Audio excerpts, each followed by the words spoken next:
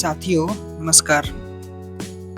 साथियों, लोग कहते हैं कि दुनिया विश्वास पर कायम है। हर किसी का एक दूसरे पर भरोसा, विश्वास, उम्मीद लगा रहता है, जिसके आधार पर लोग चलते हैं। ये समाज चलता है, संचालित होता है और दुनिया चलती है। साथियों, जब हमारे किसी कार्य में कोई देरी होती है, कोई बाधा उत्पन्न होता है, तो जो हमारे साथी सहयोगी होते हैं, जो सगे-संबंधी होती है, जो हमारे शुभचिंतक होते हैं, वो हमसे कहते हैं कि यार कोई बात नहीं, जो तुम कार्य किए हो वो उस काम में यदि तुमने अपना 100% एफर्ट डाला है, उस काम में सही डायरेक्शन में काम किया है और तुम्हारा विचार अच्छा है, तुम्हारा मन साफ है, तो डोंट वरी, जो तुम चाह रहे हो वो तुम्हारे पास लौट के आएगी। यानी कि जो तुमने किया है वो परिणाम में परिवर्तित होके वापस आएगा। इस प्रकार से जो हमारे संबंधी होते हैं, हमें एक संतावना, एक आश्वासन देते हैं। क्या है? एक उम्मीद ही तो है, एक लगन ही तो है, एक लगाव ही तो है, जो हमारे कार्य को हमसे जोड़ती है, हमको बांधे रखती है। साथियों, ये जो छोटे-छोटे उम्मीद होते हैं, ये बड़े-बड़े कार्यों को परिणाम में परिवर्तित करते हैं और ये जो कार्य हैं, यही कुछ समय के बाद से इतिहास में बदल जाते हैं और जब हम इतिहास को अध्ययन करते हैं, तो उस समय की तत्कालीन सामाजिक परिस्थितियाँ, आर्थिक, राजनीतिक, पर्यावरणीय, भौगोलिक, अन्य जो स्थिति परिस्थिति होती है, उसका प्रदर्शित या उसका जानकारी प्राप्त होता है। तो इसीलिए जो विद्वान होते हैं, जो इतिहासकार होते हैं, वो कहते हैं कि जो इतिहास है वो अपने आप में ही रिपीट करता है, बार अपने आप को ही वो दोहराता है। साथियों, हम अक्सर समाज में ये सुनते हैं कि लोग कहते हैं कि हर व्यक्ति का अपना एक इतिहास होता है और मेरे भी ऐसा मानना है कि चूँकि हर एक व्यक्ति संघर्षशील होता है, वो सामाजिक प्राणी होता है और अपने कार्यों के माध्यम से, अपने अच्छाई से समाज में कुछ न कुछ परिवर्तन करता है, कुछ योगदान देता है और उस व्यक्ति का संघर्ष, उसका मेहनत, उसके साथ-साथ उसका खुद का समय, उसका खुद का याद, उसकी छोटी-छोटी कहानियाँ उससे जुड़ी होती हैं। इसीलिए तो कहा जाता है कि व्यक्ति का अपना एक इतिहास होता है और ये सच है। चूँकि साथियों, अगर ये सच है और ये कहानी भी है, तो क्या आपको नहीं लगता है कि हमें भी अपनी एक छोटी-सी कहानी, अपनी यादों को समेटना चाहिए? हालाँकि ये कोई नई बात नहीं है। पुराने समय में भी लोग अपने आप को याद में रखते थे और आधुनिक समय में भी रखते हैं लोग, चाहे फ़ोटोग्राफ़ी हो, चाहे वीडियोग्राफ़ी हो या चाहे कोई पर्सनल डायरी हो। फिर जो लिखे रहते हैं, डायरी में जो अपना उल्लेख किए रहते हैं, उस डायरी को कभी फुर्सत में वो पलट के देखते हैं, तो जो समय लिखे रहते हैं, वो समय याद आता है, तो फिर वो मंद-मंद मुस्कुराते हैं और यदि ये मुस्कुराहट आपके एक पल के लिए खुशी प्रदान करती है, तो आपको नहीं लगता है कि हमें कुछ ऐसी गतिविधि कर लेनी चाहिए जो हमें खुशी दे? इसीलिए तो जो विद्वान होते हैं वो कहते हैं कि आप अपने लिए भी थोड़ा समय दीजिए। ऐसा, चूँकि जब हम अपने आप को समय देते हैं, अपने आप को समझते हैं, तो कुछ अपने आप में कुछ अच्छाइयाँ जो होती हैं, जो हिडन चीज़ें होती हैं, उसको हम निखारते हैं, बाहर निकालते हैं। तो ये सारी चीज़ें होती हैं।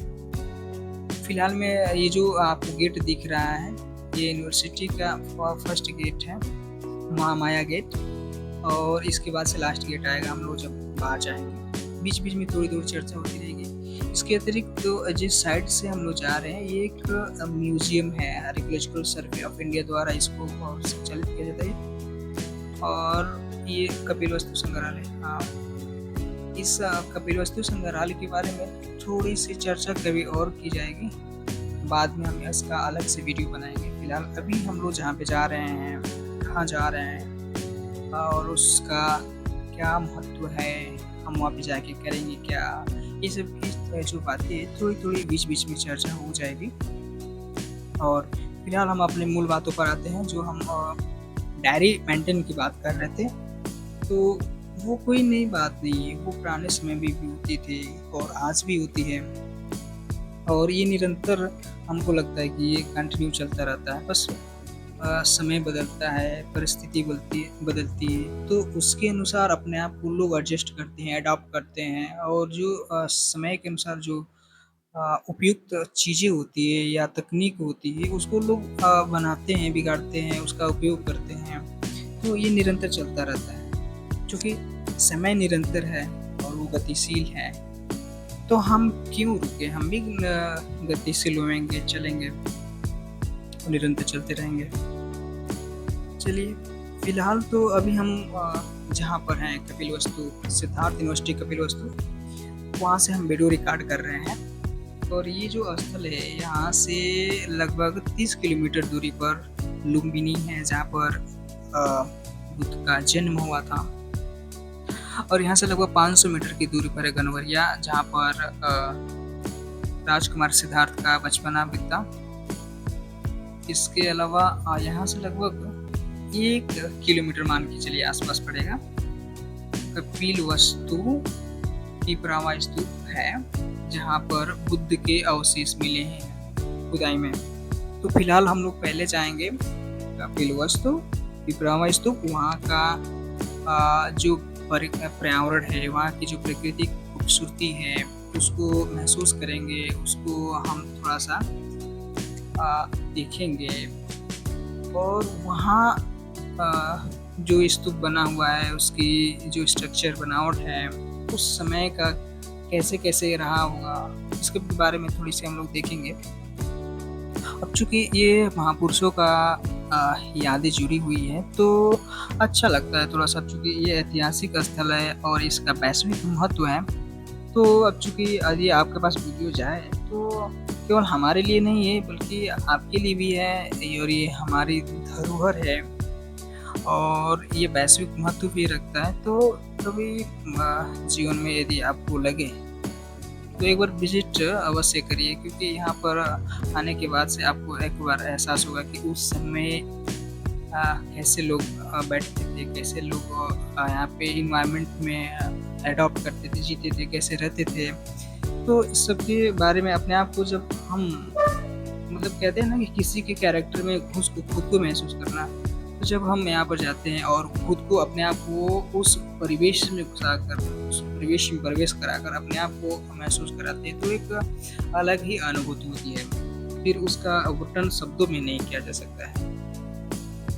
अब ठीक है, इसी प्रकार से अब हम लोग चर्चा करते रहेंगे। ठीक है, फिलहाल प्राचीन स्थल कपिलवस्तु, जो कि सिद्धार्थनगर जनपद के मुख्यालय नौगढ़ से लगभग 20 किलोमीटर उत्तर में स्थित है। बौद्ध साहित्य में कपिलवस्तु का उल्लेख बुद्ध के गृह नगर और शाक्य गणराज्य की राजधानी के रूप में मिलता है। तो ये शाक्य के महान योद्धा थे, वैभवशाली शासक एवं भूस्वामी थे। जो कपिलवस्तु गणराज्य नेपाल की तराई और सिद्धार्थनगर से बहने वाली राप्ती नदी के मध्य स्थित हुआ करता था।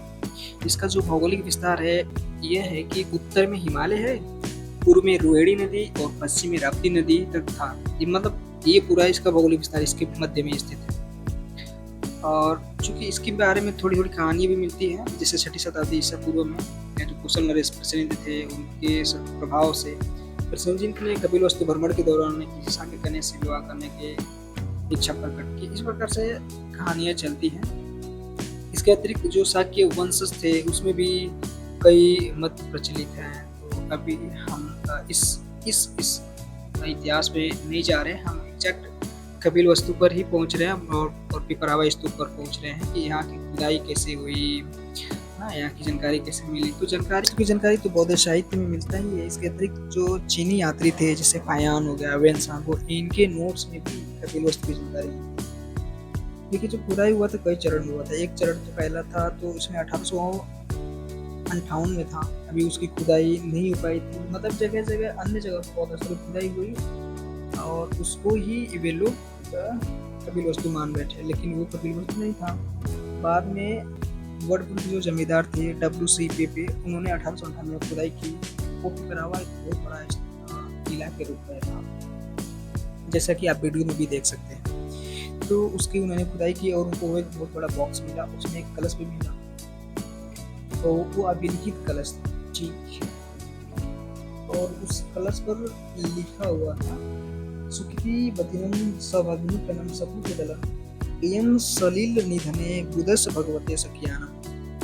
तो ये तो यहाँ से जो अस्थि कलश में था उस पर ये लिखा हुआ था। यहाँ पे इसका अर्थ ये हुआ कि बुद्ध के परिजनों ने इस अस्थि अवशेष को यहाँ पर स्थापित किया है। तो इससे ये पता चल रहा है कि मतलब कि एक स्तूप है जो बौद्ध से जुड़ा हुआ है।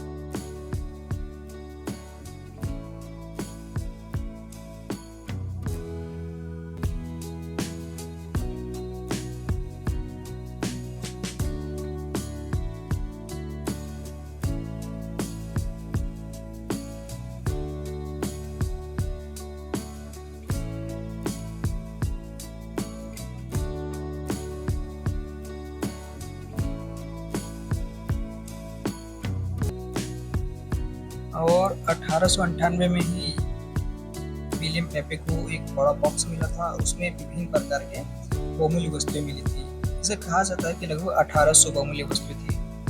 इसके अतिरिक्त उसमें स्वास्तिक चिन्ह, त्रिरत्न, त्रिवर्तक ध्वज आदि स्वर्ण एवं रजत से निर्मित पुष्प, तारे, ताबीज आदि सभी बहुमूल्य वस्तुएं थी। अब जैसे मान लीजिए कि कोई अर्ध मूल्यवान पत्थर, मूल्यवान पत्थर, इन सब से निर्मित विभिन्न प्रकार के पक्षी, त्रिरत्न, पुष्प आकृति, मूंगे के टुकड़े और बहुत सारे अन्य अर्ध मूल्यवान पत्थरों के विभिन्न प्रकार की आकृति, त्रिरत्न और बहुत सारे इम्पोर्टेंट चीजें बना करके रखी हुई थी और वो खुदाई में मिली भी। उन बहुमूल्य पत्थरों में से कुछ पत्थर तो विलियम पेपे अपने साथ भी लेते चले गए, और जो अपने साथ ले गए थे उसमें से कुछ बचा हुआ था। तो विलियम पेपे के जो तीसरी पीढ़ी थी वे लोग उस बहुमूल्य पत्थरों को नीलामी करवा रहे थे। और यूके की ही एक संस्था है, सुधवी संस्था, जो कि हांगकांग में है, उसके माध्यम से नीलामी करवाई जा रही थी। तो फिर भारत सरकार ने इसमें हस्तक्षेप किया और पुनः उस पुरावशेष को भारत वापस लाया गया है। फिलहाल भारत वापस आ चुकी है। और इसी के संदर्भ में सिद्धार्थ यूनिवर्सिटी में एक सेमिनार का भी आयोजन किया गया था, जिसका विषय था बुद्ध के पवित्र पुरावशेष वापसी एवं क्षेत्रीय गौरव और पर्यटन विकास की संभावना। तो इस पे डिबेट हुआ और चर्चा हुई। साथियों, इस पुरावशेष को लाने में डायरेक्टली और इनडायरेक्टली जिन लोगों का भी योगदान है उन सभी लोगों को बहुत बहुत शुक्रिया। और सिद्धार्थ यूनिवर्सिटी के भी जो असिस्टेंट प्रोफेसर डॉक्टर बाल गंगाधर बागी सर हैं, department of Urdu, and doctor Satyendra Kumar Tripathi sir, department of history, इन लोगों का भी महत्वपूर्ण योगदान है, इनको भी बहुत बहुत शुक्रिया। और जब हम एक बात कर रहे थे कि इसकी खुदाई हो रही थी, तो इस खुदाई में जितनी भी खुदाई हुई थी अभी इसकी वेरिफिकेशन नहीं हो पाई थी कि कपिल वस्तु यही है। कि जब 1971 से क्षेत्र के बीच में श्री कृष्ण मोहन श्रीवास्तव द्वारा उत्खनन किया गया था, उस समय उनको एक मुद्रांकित अभिलेख मिले थे जिस पर कपिल वस्तु शब्द लिखा हुआ था। तो इस शब्द से यह वेरीफाई हुआ कि कपिल वस्तु यही है। उस पर लिखा था कि ओम देव पुत्र बिहारे कपिल वस्तु भिक्षु संघ एवं महाकपिल वस्तु भिक्षु संघ। तो इस प्रकार से जो शब्द लिखे मिले, इससे वेरीफाई हुआ कि यही कपिल वस्तु है। उसकी कपिल वस्तु के रूप में पहचान हुई। तो विद्वानों के बीच में चर्चा हो रही है और स्थानीय पर्यटन को बढ़ावा देने के लिए यह कहा जा रहा है कि जो पुरावशेष भारत वापस आए हैं उसको पुनः कपिल वस्तु में स्थापित किया जाए। इससे क्या होगा, पर्यटन को और बढ़ावा मिलेगा। चूँकि ये जो स्थान है वो ग्लोबली इम्पोर्टेंस रखता है, इसलिए जब यहाँ पर मान लीजिए कि ग्रोसरीज़ हम लेके आएँगे, तो अभी तो ये पिछड़ा क्षेत्र है, बट उसको रखने के लिए हमें इंफ्रास्ट्रक्चर डेवलप करने होंगे, उसकी सिक्योरिटी, उसके रख-रखाव, इस सब का बंदोबस्त करना होगा, तो ज़ाहिर-सी बात है यहाँ पे इंफ्रास्ट्रक्चर डेवलपमेंट होंगे। और जब टूरिस्ट यहाँ पर विज़िट करेंगे तो स्थानीय क्षेत्रीय लोगों को भी एक प्रकार से रोज़गार के मौके मिलेंगे, अवसर मिलेंगे और यहाँ के स्थानीय प्रोडक्ट को भी, जैसे कि है ना एक इंडिया की पॉलिसी है लोकल टू वोकल, तो उसको भी तो बढ़ावा दिया जा सकता है कि जो यहाँ पे लोकल चीज़ें हैं, जो यहाँ पे स्थानीय चीज़ें हैं, उसको प्रोडक्ट के रूप में यहाँ पर जो विज़िट करने वाले लोग आएँगे उसको परचेज़ करेंगे, तो स्थानीय चीज़ों को भी बढ़ावा मिलेगा। जैसे यहाँ पर काला नमक चावल जो है कि फ़ेमस है। काला नमक जो चावल है उसको मॉडिफ़ाई करके, मतलब उसकी विभिन्न उसकी प्रोडक्ट बना करके काला नमक जो चावल है उसको एक इम्पोर्टेंस दिया जा सकता है। तो इस प्रकार से जो स्थानीय चीज़ें हैं उसको ग्लोबली भी प्रचार-प्रसार किया जा सकेगा इस प्रकार से। जब आप विज़िट करेंगे, यहाँ की खूबसूरती, यहाँ के बनावट को भी आप देख सकते हैं। अब जब ऐसा आप अवलोकन करते हैं, तो यहाँ की तकनीक, यहाँ की बनावट, यहाँ के स्ट्रक्चर की खूबसूरती आप इसको महसूस कर पाएँगे। और इसके अतिरिक्त देखिए एक ऐसा नाला बनाया गया है जहाँ पे एक कमरा से दूसरे कमरा होते हुए बाहर तक का इसका मार्ग है कि मतलब अगर पानी लगे, पानी आए तो पानी जमा ना होवे, वो बाहर निकल जाए। तो इस प्रकार से हम लोगों ने यहाँ पे विज़िट किया और यहाँ की खूबसूरती, यहाँ की बनावट सबको देखा, अवलोकन किया और अपने आप को इस चीज़ से जोड़ा और एक अलग ही जुड़ाव महसूस हुआ। काफ़ी अच्छा लगा। तो इस प्रकार से हम लोगों ने वहाँ विज़िट किया, घूमा और बाहर अब निकल गए हम लोग और काफ़ी वहाँ का शांत वातावरण लगा, बहुत अच्छा लग रहा था। सभी लोग साथ में आए थे और अब हम लोग बाहर जा रहे हैं। घूम लिए, ट्रैवल कर लिए और आप हमें यहाँ तक सुने, हमारे साथ बने रहें, इसके लिए बहुत-बहुत धन्यवाद, शुक्रिया।